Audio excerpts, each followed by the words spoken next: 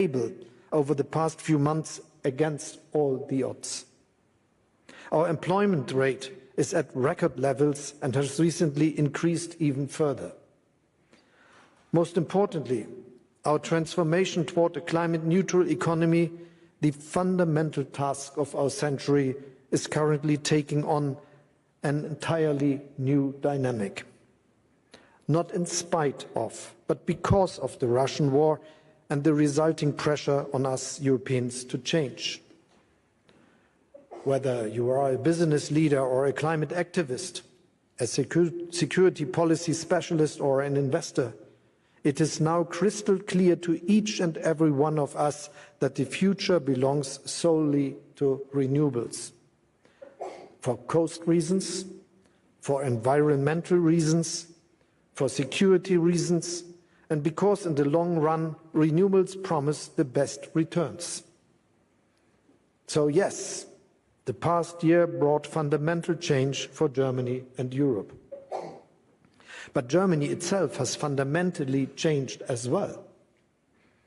We are resolutely pushing forward with the decarbonization of our industry. We want to be climate neutral by 2045, and at the same time we will remain a country with a strong manufacturing sector. And despite all the difficulties this past year showed us, we can and we will succeed in that. In less than 7 months, we built up an entirely new import infrastructure for LNG in Wilhelmshaven. In the future, it can also be used for hydrogen. Just last Saturday, I opened our second LNG terminal within just a few weeks in Lubmin. The day after tomorrow, another terminal ship is expected to arrive at the port of Brunsbüttel. More will follow.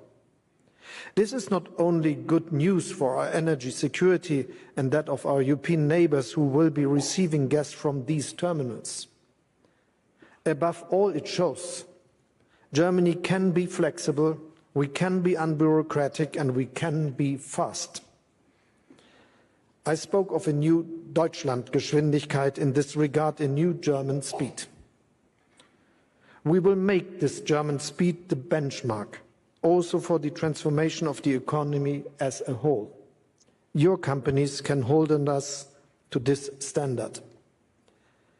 A new law mandates that the expansion of wind power, solar energy, as well as electricity and hydrogen networks now take priority.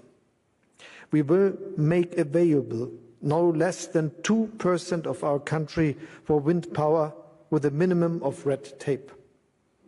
We have streamlined our processes so that approvals for electricity grids, to name just one example, are granted on average 2 years faster than before. And we intend to step up the pace even more. You can also rely on our targets. The obstacles have been swept aside. For 2023, we have more than doubled the volume of calls for tender for onshore wind farms alone.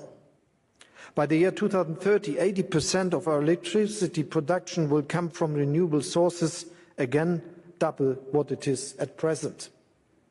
At the same time, our electricity requirements are increasing from 600 terawatt-hours today to 750 by the end of the decade. And we are expecting them to double yet again in the 2030s. This is a massive increase. That is why the Federal Network Agency has been given a clear mandate to prepare and expand our electricity grids accordingly. We will regularly review the progress made. If it's not on schedule, the measures will be adjusted. However, electricity alone is not enough to run Germany's industry. I'm thinking, for instance, of steel production. Hydrogen will play a decisive role there. And that is not a far-off scenario. Last fall, ThyssenKrupp gave the green light to build a direct reduction plant for low-carbon premium steel. With a capacity of 2.5 million metric tons, the plant will save 3.5 million metric tons of CO2 per year. This is just one example of Europe's strength and innovation. Europe is the world's #1 in hydrogen patents, and 1 in 10 global applications comes from Germany. The first supply chains for green hydrogen are currently being built up in our country. For our own production, we are using offshore wind in the North Sea. In parallel, we are concluding hydrogen partnerships worldwide. For as long as quantities are small and the costs of production correspondingly high, the state will bring prices down to a level lucrative for the industry. Our goal is nothing less than an electrolysis boom. And as quantities increase, a hydrogen-powered industrial sector will emerge that preserves the climate and is independent of volatile prices for fossil fuels. Because one thing is absolutely certain: energy must remain affordable in Germany, in Europe, and worldwide. In Germany, we decided to cap electricity and gas prices for private citizens and companies. These measures will run until 2024. Annually, we will use around 2.2% of our GDP for this, a total of up to 200 billion euro. That is both forceful and proportionate. It will give your companies the reliable energy prices and the planning certainty you need to invest in Germany's transformation.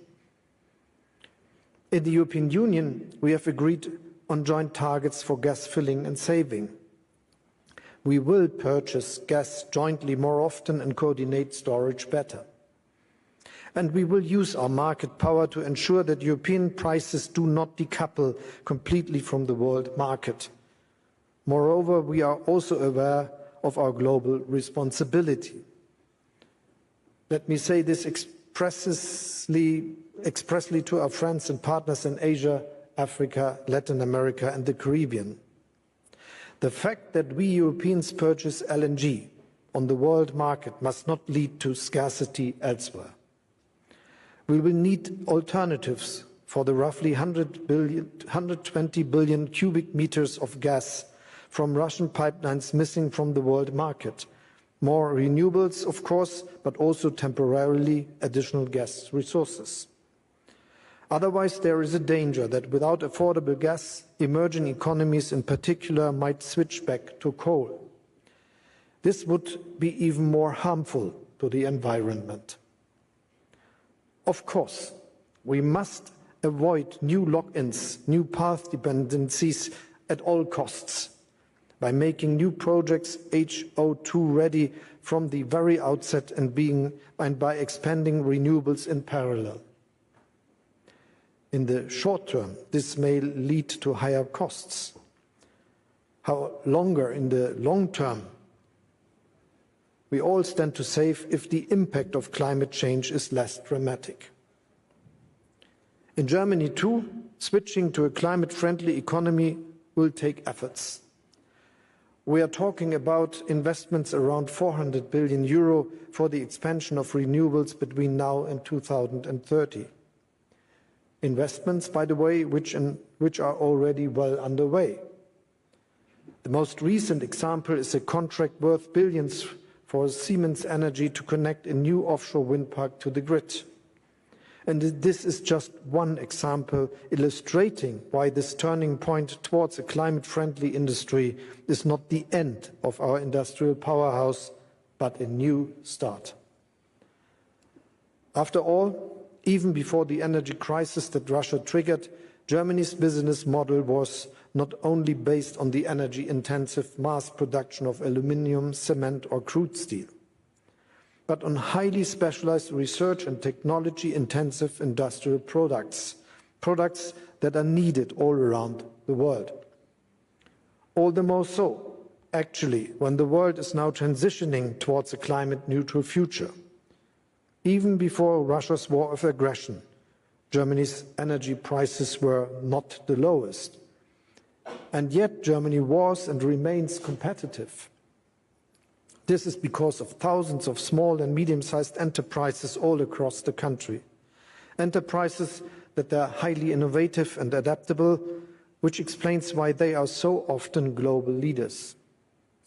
This is thanks to high public and private investment in research and development, which, for example, ensured that the first COVID-19 test and the first safe and effective COVID-19 vaccine were developed in Germany. Just in December, a team at the Helmholtz Center in Berlin set a new world record for the efficiency of solar cells. And now, just a few weeks later, our companies are already setting up pilot lines for the use of these tandem cells. That, ladies and gentlemen, is and remains the German business model, particularly now as we chart our path to a climate-neutral future. Where else is there such broad consensus between businesses, employees and politics that the path to climate neutrality is not just ecologically necessary, but also offers new opportunities in global competition? When it comes to basic and professional training for employees, for example, politics, business and trade unions in Germany are working hand in hand. And before the year is out, our country will finally benefit from modern immigration legislation. After all, if we want to remain competitive as a leading industrial nation, we need experienced practitioners, qualified engineers, tradesmen and mechanics. Those who want to roll up their sleeves are welcome in Germany. That is our message. For decades now, the forecasts have been predicting a shrinking German population. But it is up to us to decide whether this happens. So far, it certainly hasn't. Today, Germany has more inhabitants and employed persons than ever before. And this is precisely the trend we are going to continue. Ladies and gentlemen, a climate-neutral future is, needless to say, not something any single country can achieve on its own. That is why our dialogue and a forum like Davos are so crucial. What we are doing in Germany also serves the goal of making Europe the first climate-neutral continent by 2050. At the European level, we are going to lower our net greenhouse gas emissions by at least 55% by 2030 compared to 1990.